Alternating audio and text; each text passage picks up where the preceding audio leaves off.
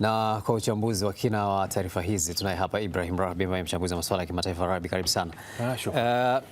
Tuanze na hili la matumaini kutoka Washington ambayo yanaonekana kimsingi, na hii ni kupitia kauli za Donald Trump kwamba inawezekana kukawa na makubaliano fulani ambayo yatafikiwa hivi karibuni na kuruhusu sasa mlango bahari wa Hormuz kufunguliwa. Kuna ukweli wowote kuhusu hilo? Ukweli upo kwenye hili swala, lakini naweza kusema kuwa maybe limeongezwa sana, taarifa imekuzwa zaidi kuliko uhalisia. Lakini tunafahamu kuwa Asim Munir, mkuu wa jeshi la Pakistan, amekuwa Teherani kwa muda katika kujaribu kumaliza hili, na baadhi ya maafisa wengine wamezunguka huku na huku, na taarifa nyingi zilianza kuibuka jana au juzi jioni. Ndiyo. Na nyingi zikakolea zaidi jana kuanzia asubuhi, mchana na kote zikaonekana kama kuna kufikiwa kwa hali ya juu, na taarifa zikawa zinachanganya kutoka pande zote kuwa wamekubali hiki. Taarifa zinatoka upande wa Marekani anasema kuwa Iran amekubali kuachia hata urani yake, amekubali kusambaza ile project nzima ile ya nyuklia iondolewe. Yani ni kama vile wamesalimu amri. Ukichukua upande wa pili wanasema kuwa hakuna chochote ambacho kilichofikia. Kwa hiyo matumaini yapo kiasi, lakini sio katika kiwango ambacho kinaripotiwa. Wanaripoti wako mbele sana ukilinganisha na uhalisia wa matukio yale yanayoendelea, lakini katika hili bado kuna kile ambacho dunia inatakiwa kufahamu na kuelewa kuwa tunakwenda wapi, tumetoka wapi, tumefika wapi. Umeisoma taarifa ya kwanza hapo mwisho. Hiyo taarifa ya kwanza umesema kuwa makubaliano haya yatawezesha mlango kufunguliwa, si ndio? Ndio. Unakumbuka vita ilianzia wapi? Unakumbuka vita ilivyoanza? Malengo katika hayo yote uliyozungumza hayajatajwa. Maana yake ukisoma hata vifungu vya mazungumzo wanaozungumza haya ya awali ambayo wanasema kuwa sasa tunataka kwanza, wanasema kwanza tunataka kwanza kujenga kuaminiana. Vipi tunaweza kuaminiana kwanza ili tuweze kwenda mbele?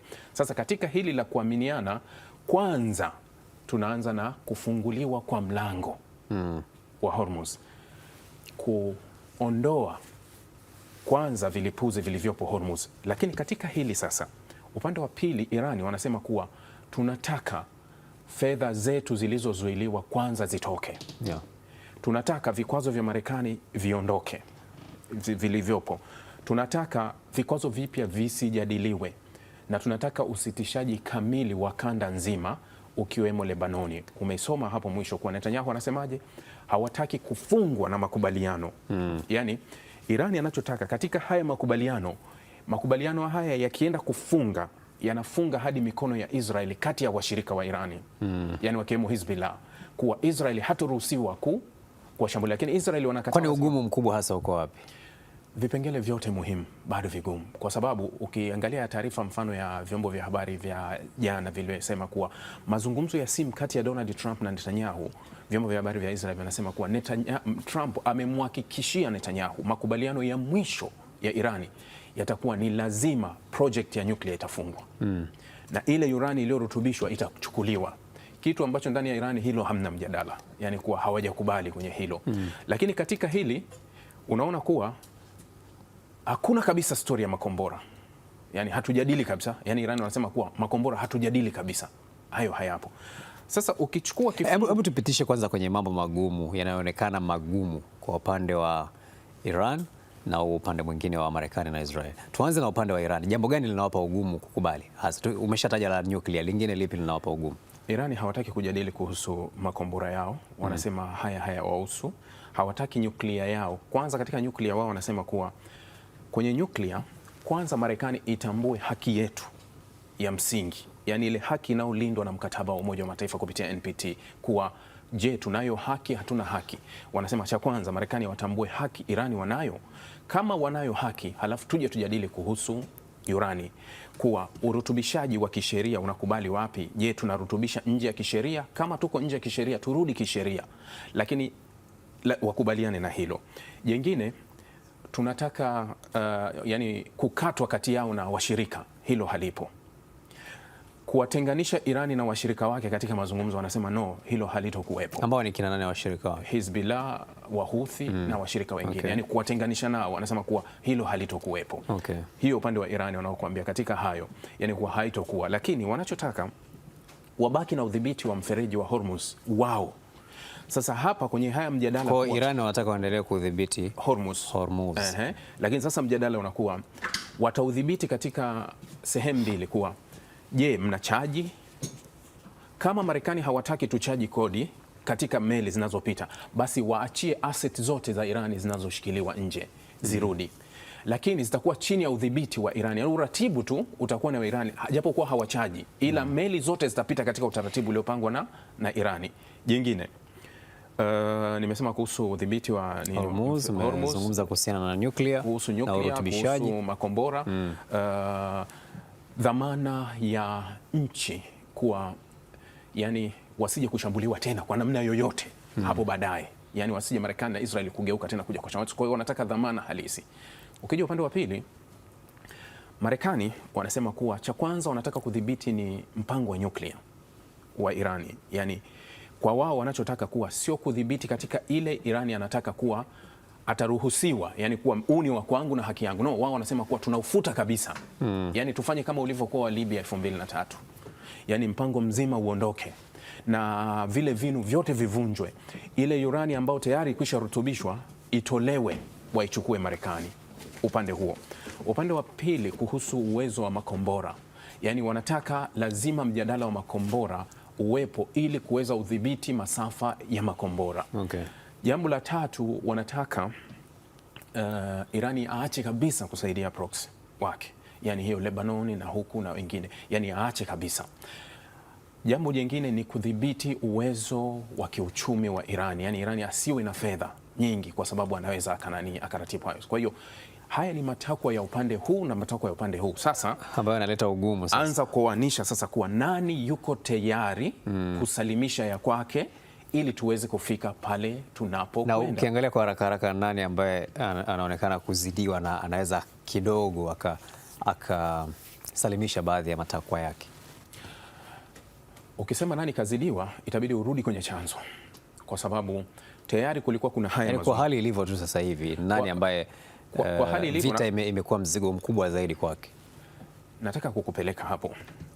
Operation Epic Fury ilikuwa not diplomatic story, sijui tumeelewa. Hii ilikuwa ni operation ya Epic ambayo ilikuwa ni operation ya kijeshi, inakwenda kutimiza malengo ya kijeshi kama ambayo Marekani na Israel walianza kuifanya ndani ya Irani, ndio kasababisha kuuawa kwa Ayatollah na wengine na wengine, wakina Ali Radijani, wakaathiri kila kitu, hata katika kile ambacho Donald Trump anasema kuwa tumeliathiri, hawana jeshi, tumevunja jeshi lao la majini, hawana kitu chochote. Kwa hiyo hii ilikuwa ni operation ya kijeshi ambayo ingeenda kutoa suluhu lote. Yani kile ambacho Marekani anakidai leo kuwa Irani wafanye hivi na hivi na hivi na hivi, alitakiwa apate kijeshi kwa sababu alishaanzisha operation ya kijeshi. Yani hapa tulishatoka. Commission haikufanikiwa, sio? Kama operation ilifeli, tumerudi huku, it means utajua nani ameshikilia nini kwenda wapi. Ndio maana tunalazimishana kuja hapa. Kwa nini tumelazimishana kuja kwenye meza? Tunalazimishana kuja kwenye meza kwa sababu operation ilishindikana. Mfano chukua Venezuela, walifanya sio kama Marekani aliamua kurudi nyuma baada ya kuona madhara ni makubwa zaidi, sio tu kwa Iran, hata kwa washirika wake wa Mashariki ya Kati. Ni hesabu zitakiwa zipigwe mwanzo, kwa sababu kwenda halafu unapata matokeo ambayo hayakupi, ulitakiwa ufanye tathmini ya awali kuwa je, tunaweza tukafika hapa au hatuwezi tukafika hapa, kwa sababu swala la Irani lilikuwa liko wazi sana, na hata marais wengi wa Marekani ambao wamezungumza, Barack Obama juzi amezungumza hapa akaelezea kuwa tuliletewa hiyo mission, tulikataa kwa sababu tulijua hili haliwezekani. Sasa ugumu wa hiki kitu kinakuja vipi? Nitakukumbusha kuwa wakati wa Barack Obama, wakati wanazungumza kuhusu JCPOA, mazungumzo yale yalichukua miaka 2 kukamilika, na walikuwa wakijadili nyuklia tu walikuwa wakijadili, wakachukua miaka hii kuja kufikia makubaliano, wakasaini ule mkataba wa JCPOA. Sasa hapa sasa hivi chukua haya yote niliyokuambia ya upande huu na huu, wanahitaji muda gani ili waweze kufikia makubaliano? Kwa sababu Irani sio wepesi kwenda kwenye makubaliano. Yani taarifa iliyotolewa jana wanasema kuwa makubaliano yetu yote ya mwisho yatahakikisha kulinda haki zetu sisi kama wa Irani, na Marekani na Israel wanasema kwa makubaliano ya mwisho yatahakikisha kuwa Irani hatakuwa na huo uwezo. Sio, umeelewa? Yani kila mmoja.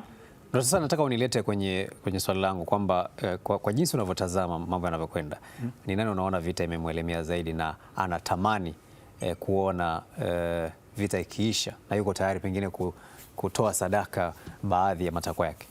Nimesha kujibu kwenye jibu la nyuma. Nimesha kuambia kuwa hii ilikuwa ni operation ya kijeshi, haikuwa operation ya diplomatic. Nani kairudisha diplomatic? Aliyerudisha diplomatic maana yake anamaanisha kwamba Marekani ndio vita imemwelemewa kwa sasa. Kwa sababu nilikuwa nakupeleka, nimekwambia Venezuela alikwenda akafanya operation mara moja, akachukua urani, akachukua kila kitu, ilikuwa operation ya kijeshi, akatimiza malengo. Hii imekwenda siku 60 haijafika yale malengo, ndio maana tumerudi kwenye meza. Kwa nini tumerudi kwenye meza? Hali ya kuwa tayari tulishaanzisha. Kama tulishaanzisha tutakuwa tumalize katika ile style. Kwa hiyo kama kurudi kwenye meza tena, it means imefeli. Nani amefeli? Sasa mwisho wa siku manake tutaangalia sasa makubaliano yatakapofikiwa, tutaona nani kakubali zaidi ya mwenzake. na kikubwa unaweza ukaendelea kwenye hili kuwa mfano kuwa nimekuambia kwenye swali la msingi hapa kuwa ulichosoma hapo mwanzo umesema kuwa mazungumzo haya na makubaliano haya yataruhusu mlango wa Hormuz kufunguliwa. 28 Februari Hormuz ilikuwa imefungwa, haikuwepo hata kwenye mjadala. Sio, umeelewa? Mjadala ulikuwa nyuklia, makombora, proxy na kila kitu, lakini leo ushindi ambao Trump anatutangazia ni wa kufungua Hormuz, ambao ilikuwa wazi. Manake kuwa hawa wamebadili mchezo. Sasa wameupeleka upande wa pili, tuchezee huku. Leo wanakuja kujadili nyuklia, wanasema tutakaa ndani ya siku 60 zijazo ndio tutajadili nyuklia. Kwa mtazamo wako unadhani Hormuz ndio turufu kubwa zaidi kuliko hata nyuklia kwenye mgogoro huu? Imegeuka, haikuwepo. Yani ipi turufu kwa mtazamo wako, ipi turufu kubwa kwenye huu mgogoro? Kwa sasa inabaki vyote vitatu: nyuklia, Hormuz na hii mali za Irani huku na huku, kutoka na huku, kwa sababu hawa wameshikilia kuwa hatutokuachilia. Huyu anasema mimi Hormuz siwezi kuiachilia, halafu nyuklia siwezi kuiachilia. Yani kuna mambo magumu mengi kwenye haya mazungumzo. Yani kikawaida kwa juu, mfano ukisoma maandiko mawili, issue kubwa zaidi kati ya hizo ni ipi? Kwa sasa tunaona kama ni Hormuz, lakini tukimaliza Hormuz tunakuja nyuklia. Yani kwa sasa kinachoonekana sasa hivi na kile ambacho kinachotangazwa na vyombo vya habari vya magharibi au ulimwengu wa magharibi, wanaona kuwa ikiwa Irani wataachia Hormuz bila kuchaji kodi, upande wa pili wanahesabu kuwa ni ushindi. Sasa unahesabu ushindi kwa kitu ambacho hakikuwepo, na hawa wanasema sisi tutaiachia bila kuchaji kodi, mtaachia freezing assets zetu. Yani mtapoachia fedha zetu, hasa wametaka fedha kama bilioni 12 zilizo Qatar. Wanasema hizi za Qatar ziachiliwe. Tena wanasema hii itakuja katika ile tu, yani ile memorandum of understanding ile ya kwanza, makubaliano ya kwanza, ili tuweze kuamini kuzungumza, ziachieni kwanza. Weekend hii Trump ametuaminisha kwamba tuko karibu kufikia makubaliano na kufunguliwa kwa Hormuz. Kwa ni matumaini actually amekuja, lakini wakati huo amesema ndo nakuja hapo, amesema kwamba timu yake isikimbilie makubaliano na Iran. Sasa ndo nataka nikuulize, kipi kati ya hicho tunachukua kati ya hivyo viwili? Tuende na lipi kati ya mawili? Cha pili nadhani kinaweza kuwa kwenye uhalisia, tusiende haraka. Ni kwa sababu kuwa taarifa zilizotoka awali, mfano jana mchana, taarifa zikazungumza sana kuhusu makubaliano na kusema kufikia karibu. Nadhani nilipokea simu nyingi na message nyingi ambazo sikuweza kuzijibu. Ni kweli. Halafu vyombo vya habari vikawa vinaandika kila upande wanachokiandika. Jioni Trump ndio akaandika kuwa timu yangu isikimbilie. Ameandika isikimbilie baada ya vyombo vya habari vya Irani kuanza kujibu hizo taarifa, kusema kuwa taarifa zinazoripotiwa na vyombo vya habari vingi vya magharibi hazina uhalisia kwa sababu hatujafika huko. Yani huko kunakozungumzwa kuwa tutakuwa na hiki, tutakuwa na hiki, tutakuwa yani kilichopo mpaka sasa hivi wanasema kuwa yani naweza nikakwambia sasa hivi kinachotafutwa kwenye haya mazungumzo au alipofikia ni uaminifu. Yani kwanza tuaminiane, mimi na wewe tunaweza kuzungumza.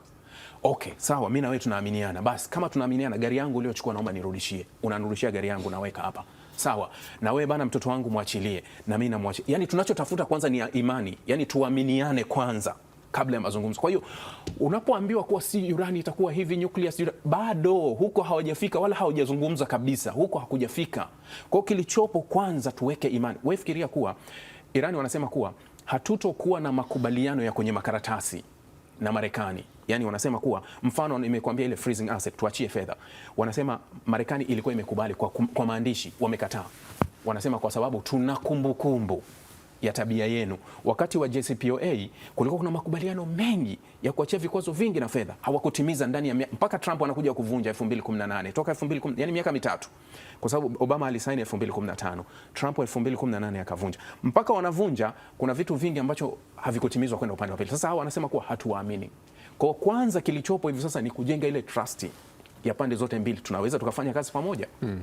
Na ndio maana Iran wanasema kuwa tutayapeleka mazungumzo hata ya nyuklia katika siku 60. Yaani katika ndani ya hizi siku 60 tuone uaminifu wenu ukoje. Mnaweza mkalinda ahadi zenu, mnaweza msitushambulie au mnaweza msitutishe.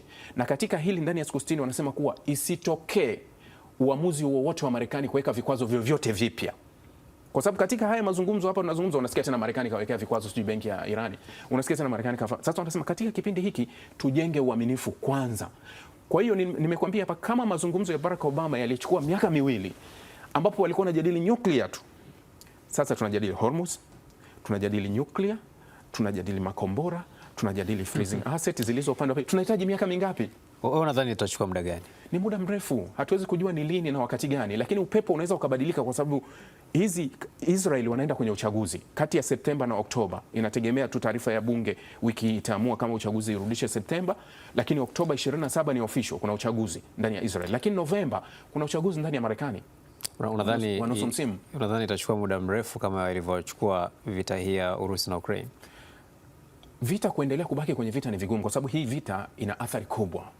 Yani ile pressure ya huku na huku inaweza ikabaki vile vile. Na yani huyu anamtikisa, huyu anamtikisa, lakini tunaweza tusibaki kwenye vita ya muda mrefu, kwa sababu hii athari unajua vita ya Urusi na Ukraine iliumiza dunia kwa muda fulani, baada ya mafuta ya Urusi pipa milioni 11.5 kukatika sokoni, lakini haitukuchukua muda tukarudi kuwa kawaida.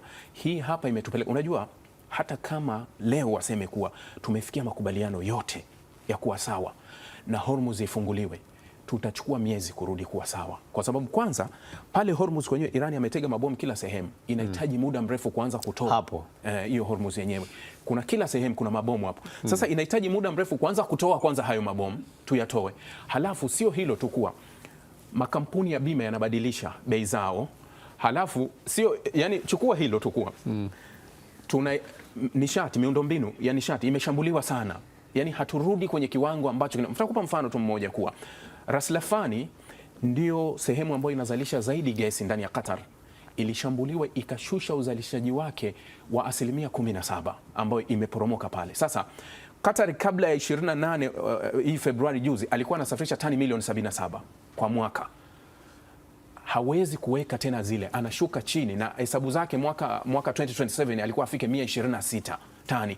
Harudi hata pale pale tu Qatar. Kwa hiyo hata kama vita itasimama kabisa ishe, hii bei ya 100,000 lita 24 inaweza tukapungua kidogo, lakini sio kwamba tunaweza tukaondoka. Kwa Watanzania na wengine walioathirika dunia nzima, ijiandae, tusubiri, tuna muda wa kusubiri mpaka makali. Alisema mkurugenzi wa shirika la ADNOC la UAE last week, anasema kuwa hata kama haya yatakwisha, ili dunia iweze kuanza kupata nafuu ya kurudi kwenye hali yake, itafika mwaka 2027.